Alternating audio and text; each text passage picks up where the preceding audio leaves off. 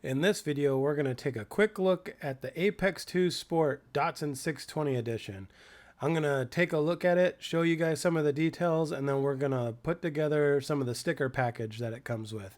It comes with some great decals and some great options. Stay tuned, amigos.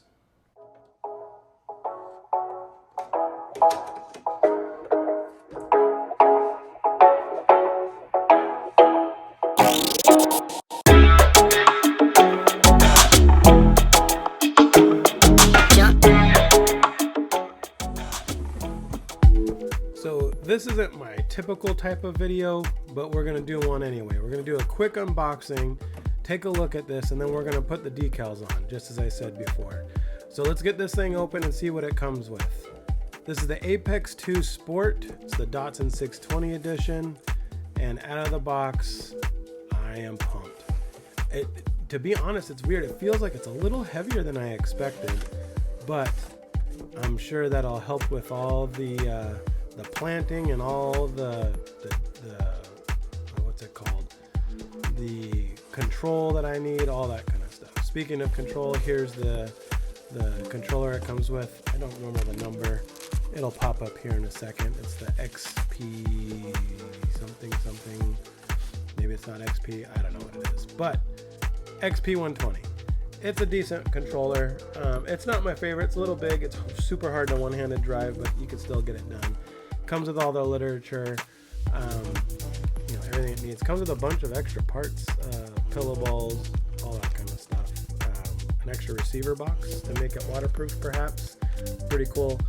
Here's what I'm really excited about. Oh, not that. Here's what I'm really excited about. I am excited about the sticker sheets. I love it when Associated sends out a good hefty sticker sheet, because I use the stickers on everything. Not only on this kit, but I use the stickers on things like the race cars and stuff like that we build, or any other kind of the custom stuff. It's nice to kit bash. So we're gonna have to cut this open. Oh man, this thing looks sweet. I'm pumped for it. I really like, I kind of like the way it looks without the stickers on it. I'm not just saying that to get out of work, but yeah, I really like the way this thing looks. It's super clean. What a good base for, doing a nice scale thing. There's that heft I'm talking about. It seems a little heavy, but the details on this body are awesome.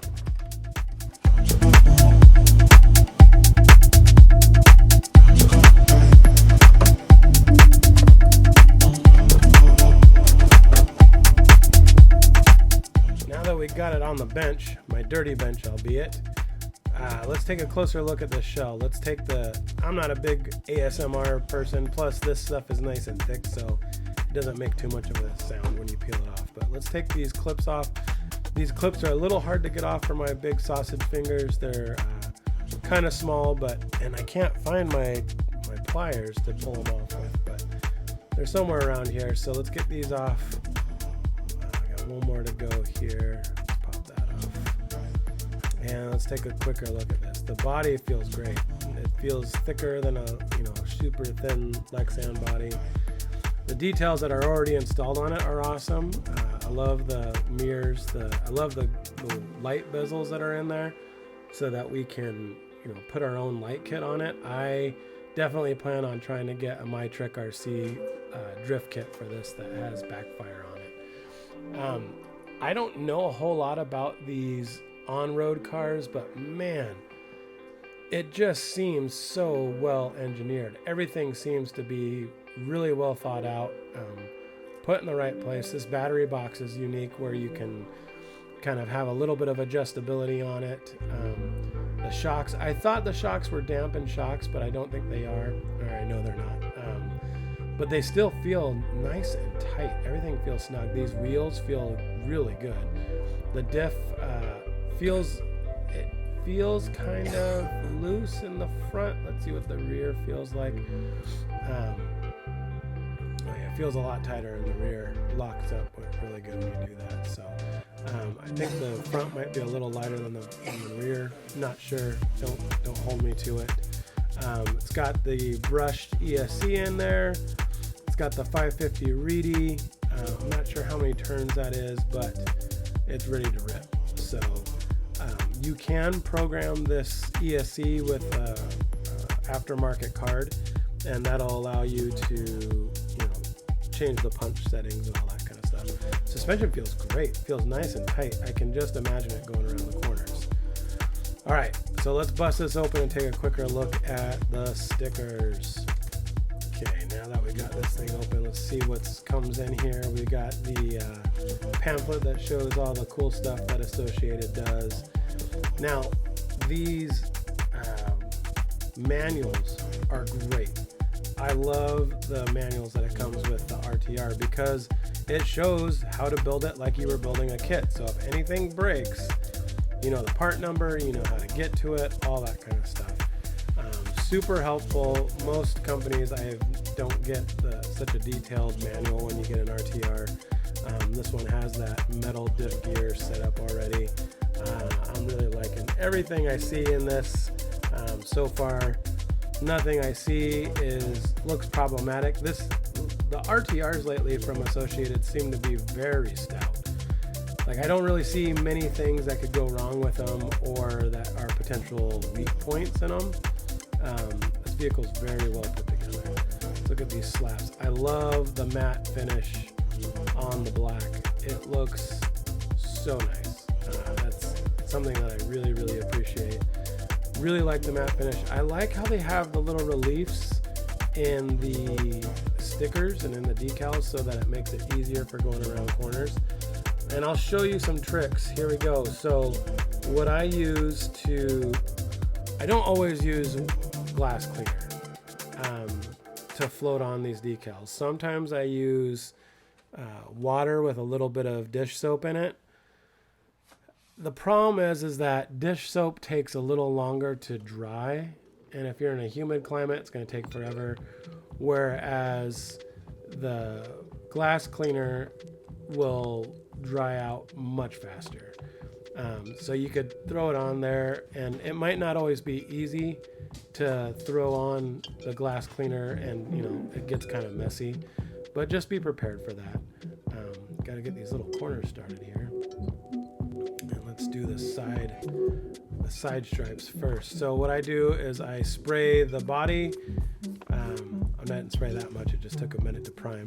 And then I spray the back of the decal. And what that does is it allows the decal, in the industry we call it floating the graphics or floating the art. It allows the decal to kind of float on the surface of the water. And then when you get it in place, right, just where you want it, then you push out all the excess water, you push out any air bubbles, and it gets it a nice smooth finish.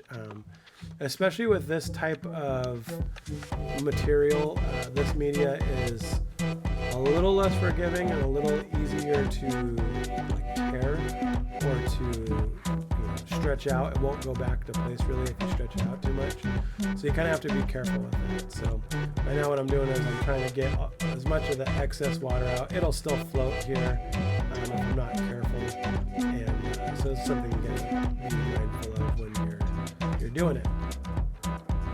So what you try to do, so what you want to do is you want to get some of the excess water off. That way when you keep on pushing the water out, you're not reintroducing it under the graphic, and it'll lock it down in place just where you want it.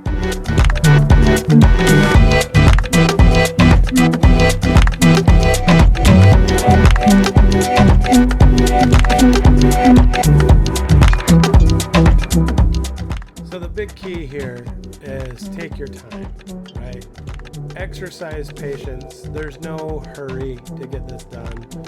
So just take your time and make sure everything goes the way you want it. If it's not right and you got enough water underneath it, peel it off and start over.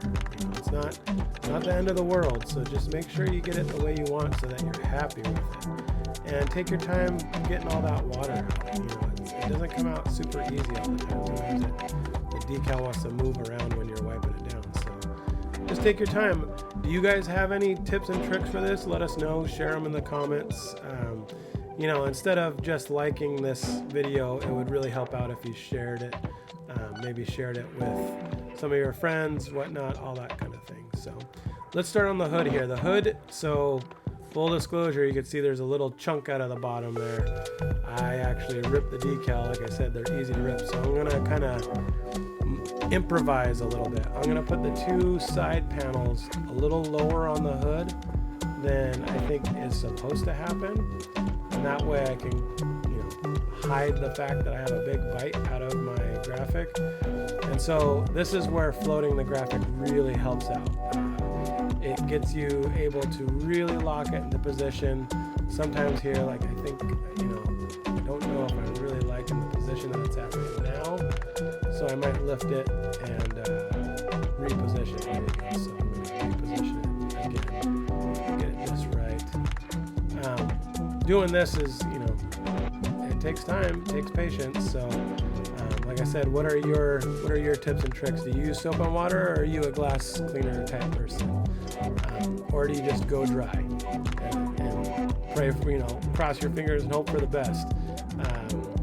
That's always a little dicey for me, but sometimes you got to do it. I often, all the little decals I do dry. Windows and trim and stuff like that I want to get right. Those are the ones that I go and I get them nice and sopping wet.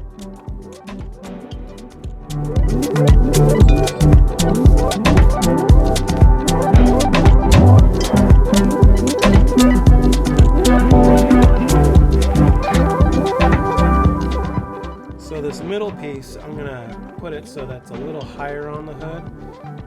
I think if I do it like that, it'll kind of give it kind of like a cowl induction look to it without having a huge bump. So basically what I wanted to do here is I just wanted to show you guys the principles, how to make sure to float it and get it right. There's another trick that I use here. I'll apply a little bit of heat to it. I had to put a lot of water in this. So I had to put a ton on there so I could get it to be parallel lines and line up just right and have as minimal of a seam as possible. And I just wanted to kind of take my time and work all the water out. Sometimes even before locking it in, you have to get some of the water away. Working it slow. And so now that you guys got the principles of it, I'm going to speed things up a little bit so that you can see what it's like getting the rest of the parts done. Oh, here's the heat. So the heat, what it'll do is it'll heat the edges and it'll help get the water out. So it'll help pull the water out, and it'll also make the edges conform a little bit better to what you are trying to get it to, maybe go around an angle or something like that, or a radius. So, use it sparingly. Like the heat, you don't want to put a ton of heat on there. I mean, just really quick. Like you can see, I'm just barely licking it where it's at. I'm not holding it in one spot, and that'll really help flatten it out and get all the water out. As you can see right here, it's nice and tight and clean. You can see the water coming out, and here we go. We're off to the races.